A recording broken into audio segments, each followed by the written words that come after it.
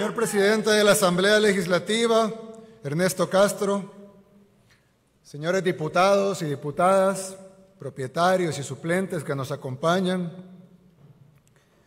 señor presidente de la Corte Suprema de Justicia, Óscar Alberto López Jerez, señores magistrados de las demás salas de la Corte Suprema de Justicia y de la Sala de lo Constitucional, señor vicepresidente de la República, doctor Félix Ulloa y su distinguida familia. A propósito, Félix y Lilian están cumpliendo 50 años de casados este mismo día.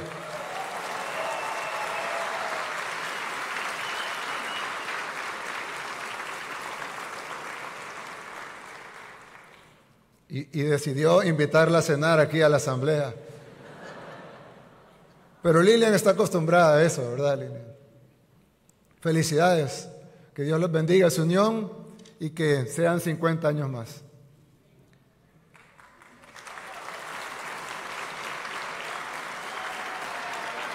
Mi querida esposa Gabriela, la primera dama de la República.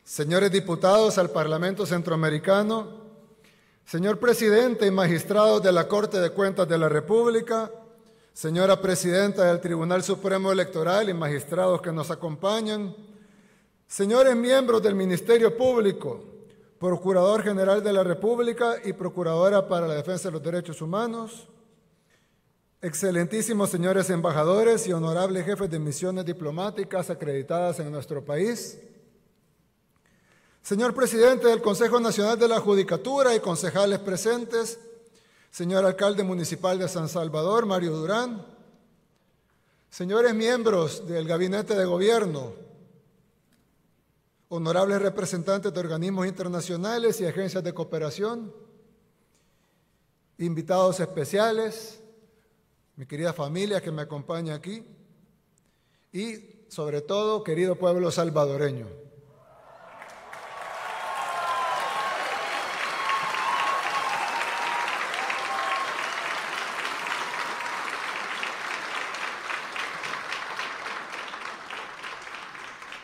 En 4 años, El Salvador es otro país. Eso no lo puede negar nadie, ni siquiera la oposición. Hemos tenido que trabajar muy duro para llegar hasta acá. No tengo que repetir la historia porque los salvadoreños la conocen bien. Saben de primera mano cómo es vivir en un país controlado por terroristas, sin libertad, sin esperanza, sin nada. Y lograr lo que aquí hemos logrado no ha sido el trabajo de pocas personas, sino una labor titánica de miles de salvadoreños. Algunos de ellos incluso perdieron su vida para salvarla de otros. Ahora tenemos un nivel de seguridad de que países de Latinoamérica sueñan. No lo digo para jactarnos, sino para que cada uno lo analice y sea consciente de lo que hemos logrado. Perdimos el miedo, detuvimos la caída libre en la que veníamos y comenzamos a volar incluso por encima de nuestras expectativas. El país más pequeño de América es ahora ejemplo para países más grandes que cuentan con más recursos, porque los logros en seguridad son irrefutables.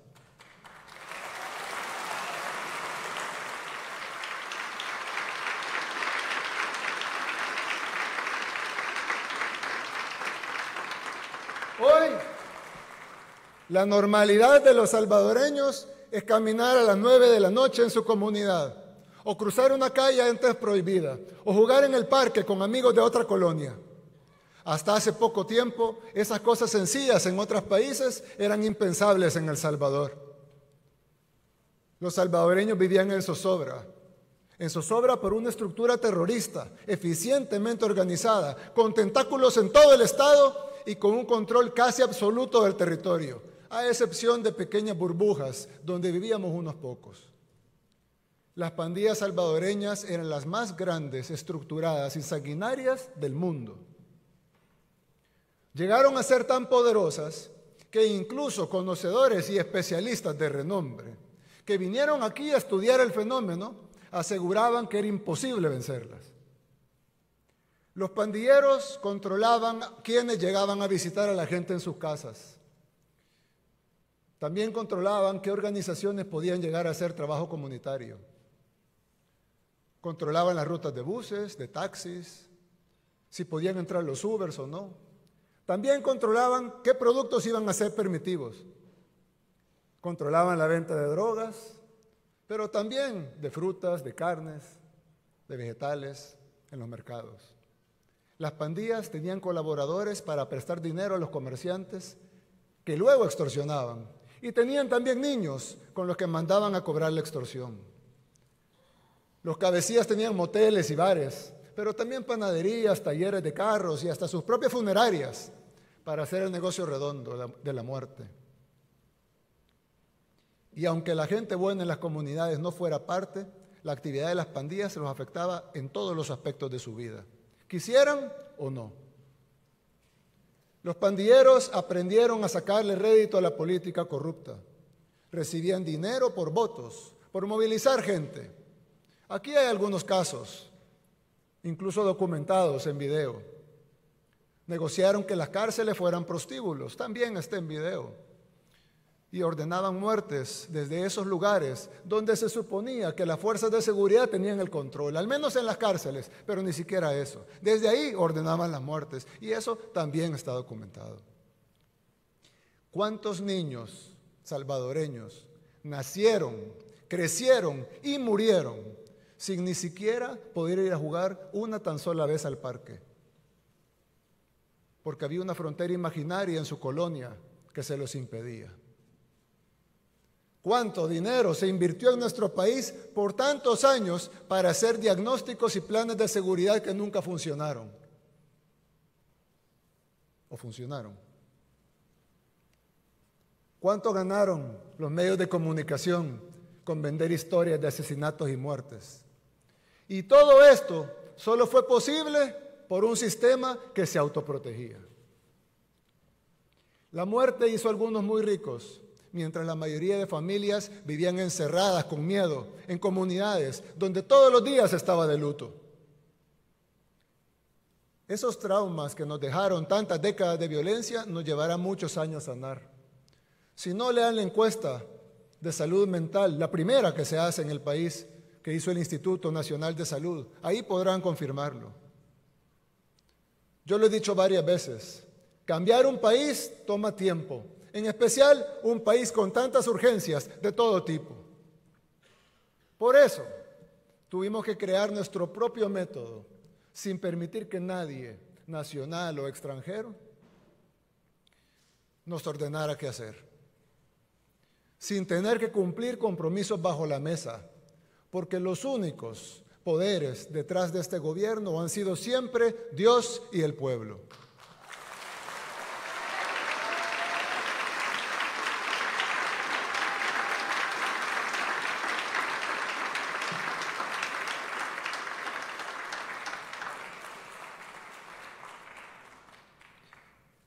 Ningún otro presidente podía siquiera, no quería, pero si hubiera querido, no podía siquiera tomar decisiones porque no venían aprobadas por sus financistas.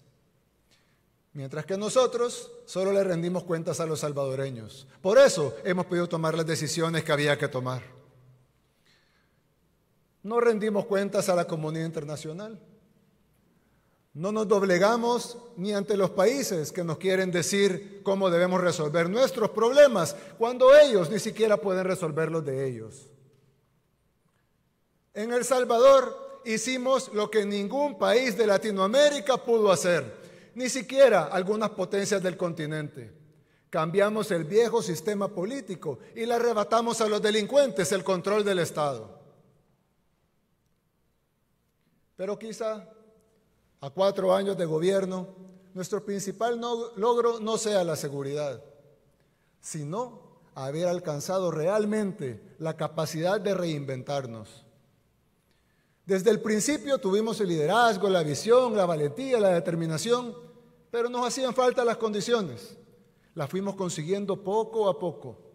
Al inicio con la presidencia, luego gobernamos a pesar de los obstáculos y finalmente con el triunfo de esta asamblea, que con eso se logró además no solo la gobernabilidad, sino también la depuración del sistema judicial y del Ministerio Público.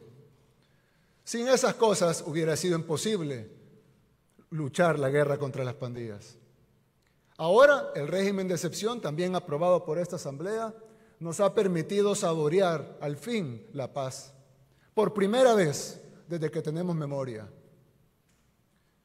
El Salvador es un país pequeño, que no tiene los recursos de las grandes potencias mundiales, pero aún así hemos ido arreglando lo que estaba mal y cada vez somos más conscientes de que otra forma de vivir sí es posible. Para un país como el nuestro, que estaba al borde del colapso por la violencia, reinventarse no solo era una necesidad, sino que era vital. Hoy, 4 años después, podemos decirlo sin que suene exagerado, ya no somos los mismos. Al fin, los salvadoreños ya pueden pensar en otra cosa que no sea evitar que los maten. Ya podemos aspirar a más. El Salvador es otro país. Ahora, de verdad es nuestro.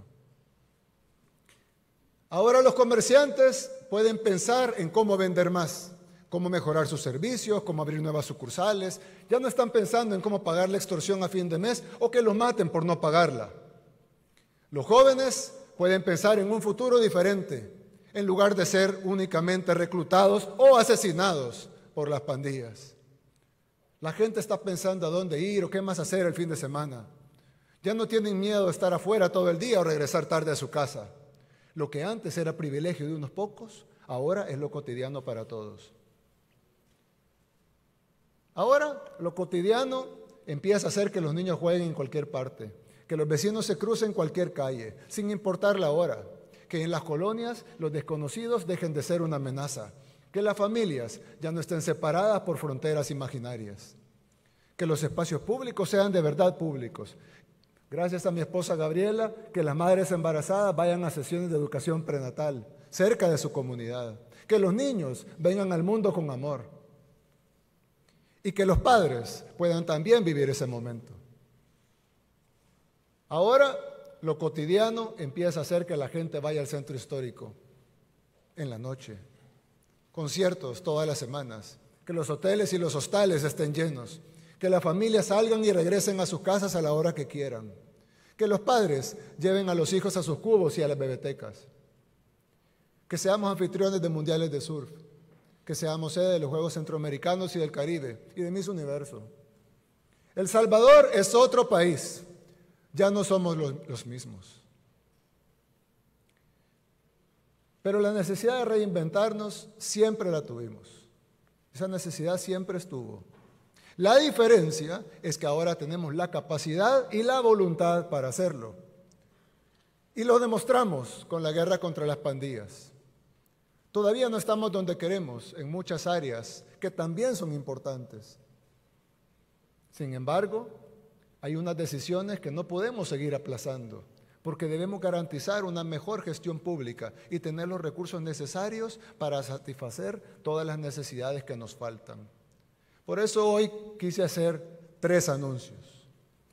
El primero es que tengo aquí en mis manos la propuesta para reorganizar la división político-administrativa de El Salvador.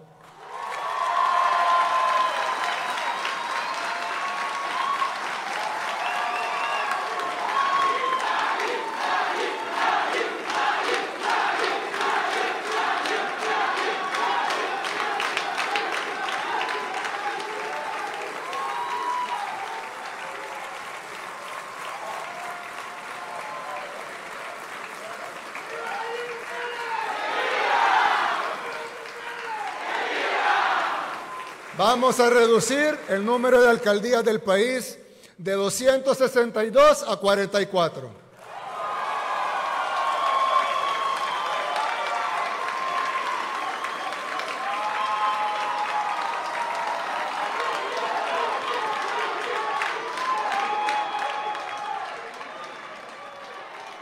Los municipios actuales se convertirán en distritos, que a su vez integrarán estas nuevas 44 alcaldías.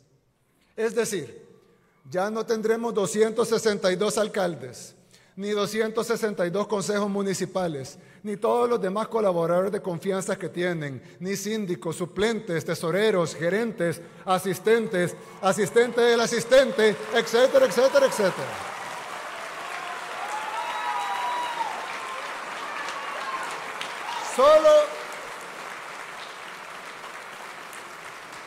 Solo tendremos 44 alcaldes con sus respectivos consejos municipales. ¿Cómo es posible que en un país tan pequeño, de apenas 21,000 kilómetros cuadrados, tengamos 262 municipios? Todos con planillas y gastos administrativos que en la mayoría de casos superan incluso la recaudación de impuestos. Es decir, no queda un centavo para obras. A eso sumémosle que muchos alcaldes solo se dedican a robar. O a ver qué beneficio personal sacan de los recursos de la gente. Y por otro lado, algunos alcaldes honrados que quieren trabajar y que quieren hacer mejores obras, porque los hay, no la mayoría, pero los hay, no reciben tanto dinero como otros municipios, con más negocios, con más servicios y por lo tanto tienen una menor cantidad de impuestos o de presupuesto. Pero quiero dejar claro algunos puntos. Con la reducción de alcaldías y municipios no van a desaparecer las identidades de los municipios. Esas van a continuar convertidas en distritos.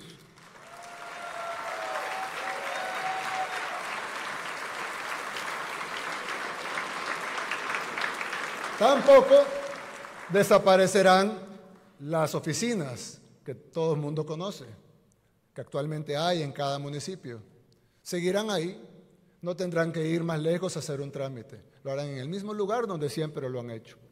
Las tasas municipales continuarán siendo las mismas en cada distrito, sin incrementos, por decreto.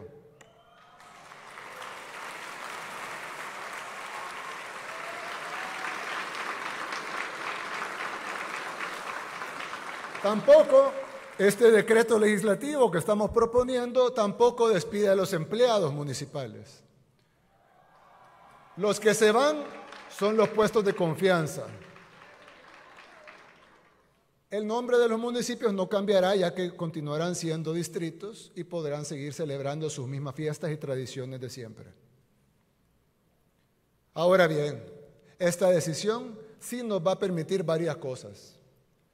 Reducir la carga presupuestaria que implica mantener 262 alcaldes con sus concejales, suplentes, síndicos, secretarios, asesores, tesoreros, directores, gerentes jurídicos, jefes de prensa, financieros, etc.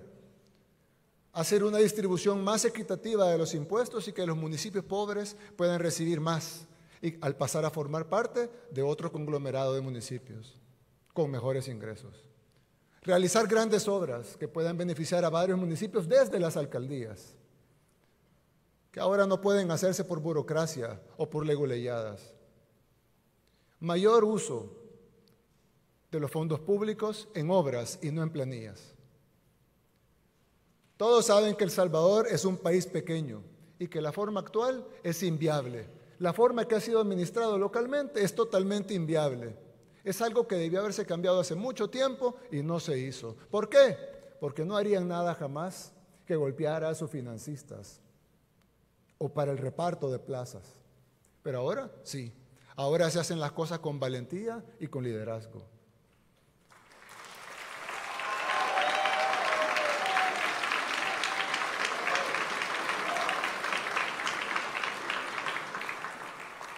Hay otra ventaja.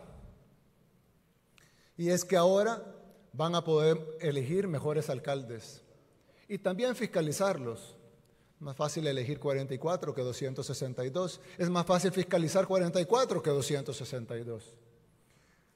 Por eso deberán trabajar más arduo y con más honestidad que antes, sin distinción. Y la gente podrá escoger a los mejores. Todos los municipios tendrán oportunidades equitativas para crecer. El segundo anuncio que les traigo ustedes tendrán que votarlo, por supuesto, esta es una propuesta, espero que pase, para reducir este órgano a 60 diputados.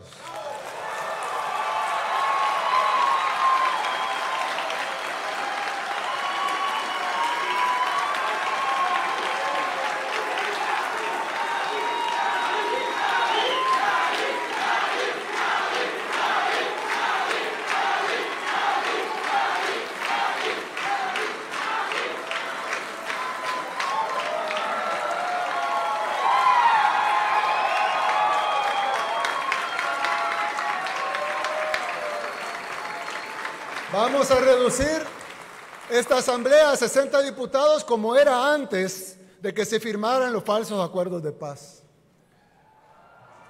¿Se fijaron cómo no se levantaron los de la esquina? Esta asamblea tenía 60 diputados. No es un número antojadizo que nos hemos inventado o que se nos ocurrió en el gobierno. Esta asamblea tenía 60 diputados. Pero Arena y el FMLN, en esa farsa que hicieron llamada Acuerdos de Paz, financiada además por todos los organismos internacionales, como el gran logro del país, cuando todos los salvadoreños saben que solo nos costó sangre y subdesarrollo.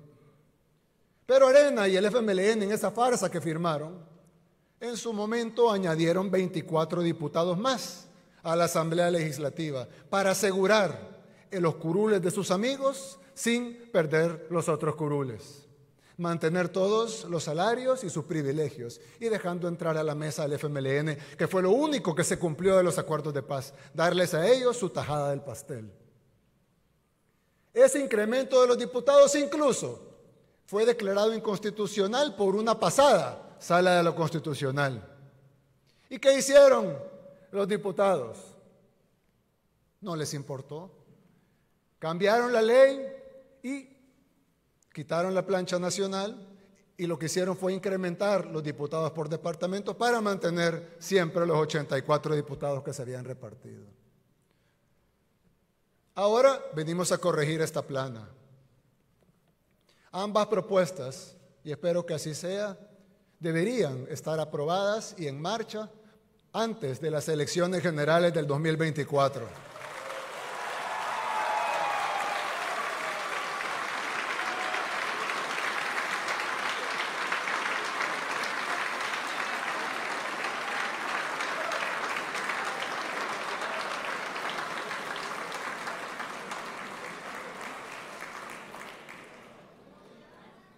Y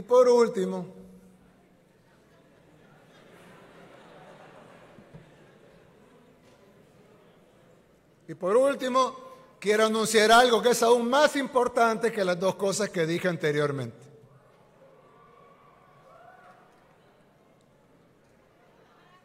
El Salvador tiene varios problemas de origen.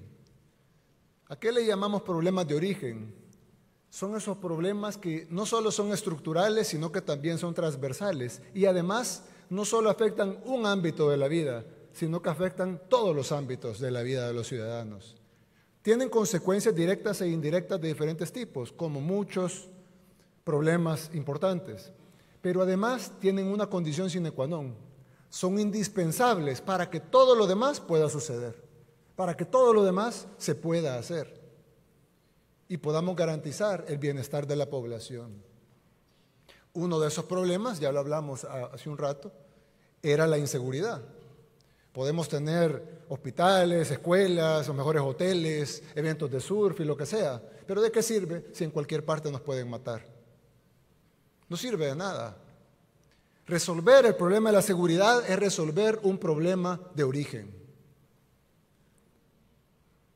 Por eso vinimos, enfrentamos esa realidad, declaramos la guerra contra las pandillas y hemos logrado lo impensable, vivir en un país seguro. Pero tenemos otro problema de origen,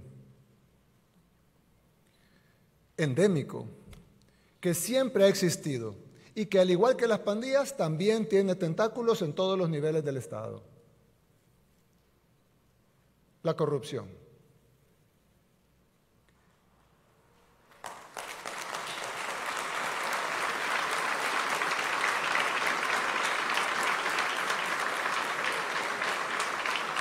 Así como la delincuencia, la corrupción afecta todas las áreas de la vida. Un país no puede funcionar si hay corrupción. No nos deje invertir en soluciones y proyectos para la gente, y mucho menos en grandes obras que nos permitan crecer más rápido y frenar el letargo del subdesarrollo en el que nos mantuvieron. Pero la corrupción también es un problema, no solo por lo que los funcionarios roban, sino porque se necesita tiempo para hacerlo. En este país, los corruptos pasan pensando todo el tiempo en cómo hacer para sacar más dinero de las arcas del Estado. Y no gobiernan. Están gobernando, pero no gobiernan.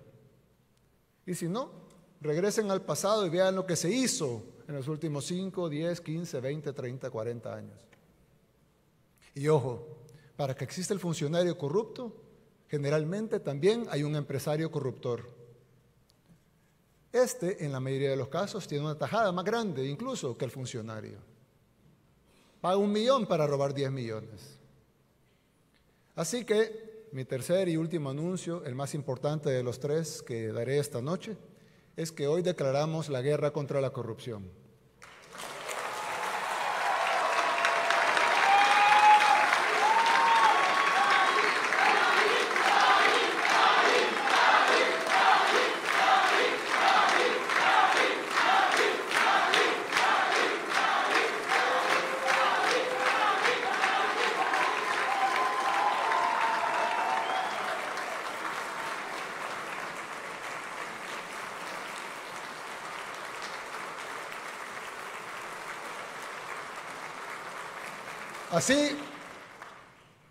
Así como hemos combatido frontalmente a las pandillas, con toda la fuerza del Estado y con todas las herramientas legales que podemos, sin titubear en ningún momento, así también iniciaremos una guerra frontal contra la corrupción.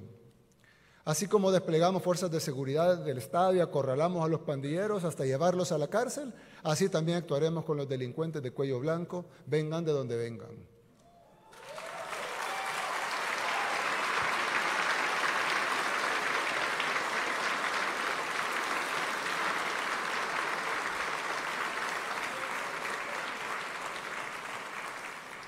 Porque nadie tiene derecho a ser corrupto. Que nadie piense que está blindado. Pero no solo usaremos todas nuestras herramientas legales para llevar a cabo esta guerra, sino que así como construimos una cárcel para los terroristas, también construiremos una cárcel para los corruptos.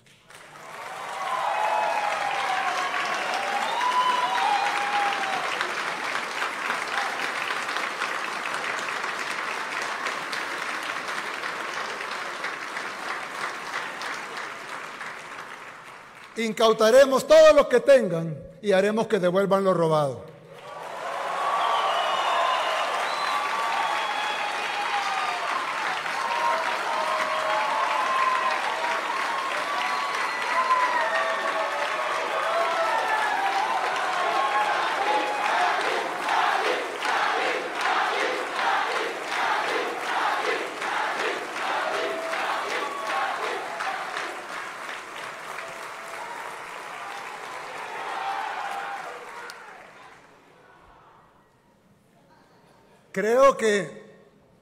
Creo que algunos se han dado cuenta que no nos acompaña esta noche el señor Fiscal General de la República.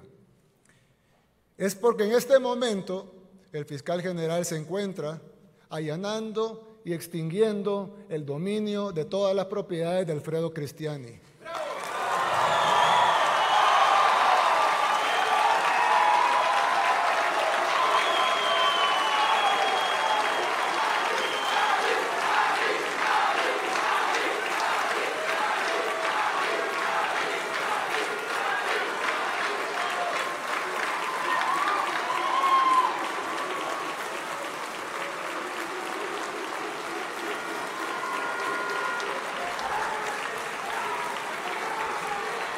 En este momento, la Fiscalía General de la República está ingresando a su mansión en Santa Elena, a su casa en el lago de Coatepeque, a la droguería Santa Lucía e incautando todos esos bienes que pasarán a posesión del pueblo salvadoreño.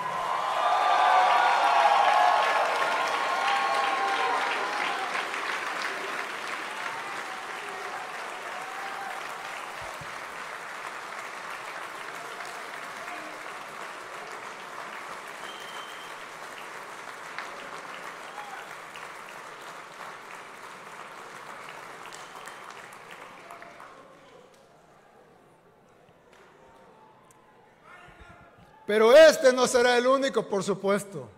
Reinventarnos significa hacer lo que nadie antes tuvo el valor de hacer. Obligar a uno de los mayores corruptos de nuestra historia reciente a que devuelva lo robado.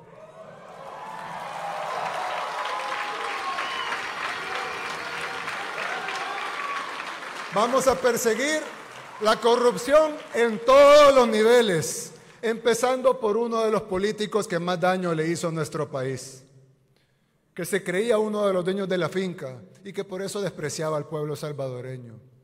Curioso que no vi al FMLN aplaudir. ¡Traidores!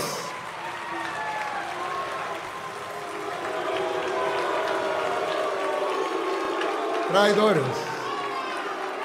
El pueblo les pasará su factura. El Salvador no volverá a ser la finca de nadie. Y los que creyeron que lo era, lo van a pagar caro.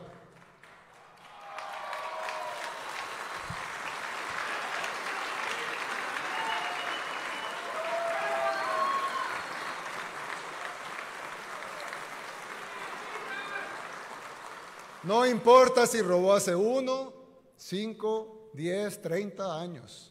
Les recuerdo que gracias a las reformas hechas en esta Asamblea Legislativa, los delitos de corrupción ya no prescriben.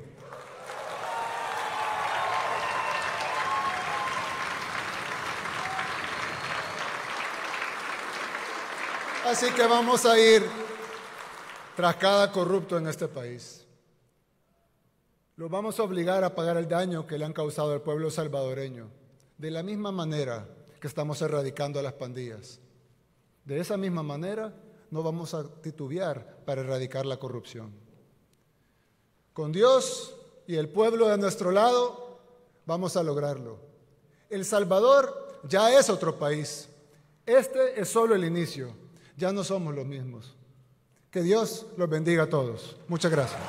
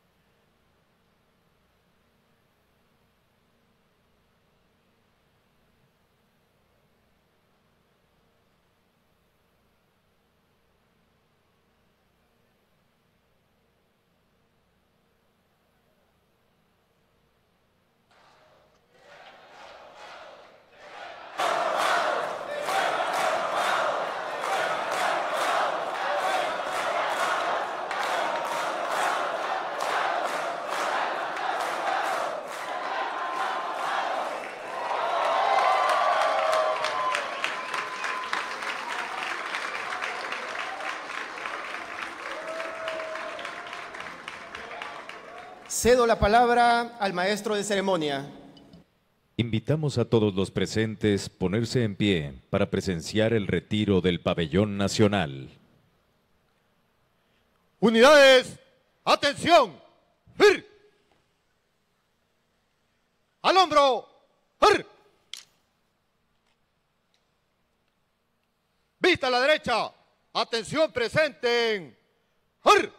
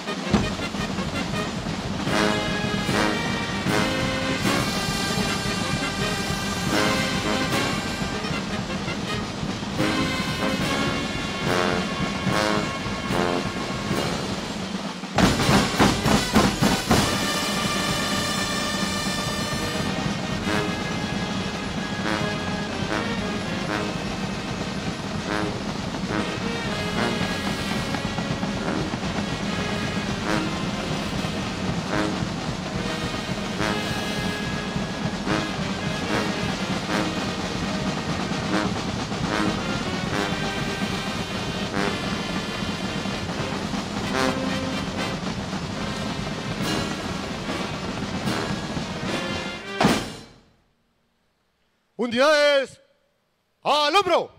¡Ar! Descansen. ¡Ar! Unidades descanso.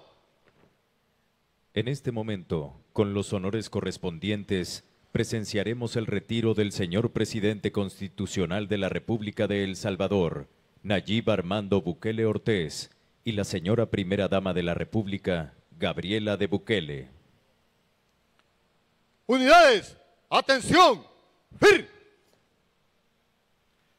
Al hombro. ¡Ar!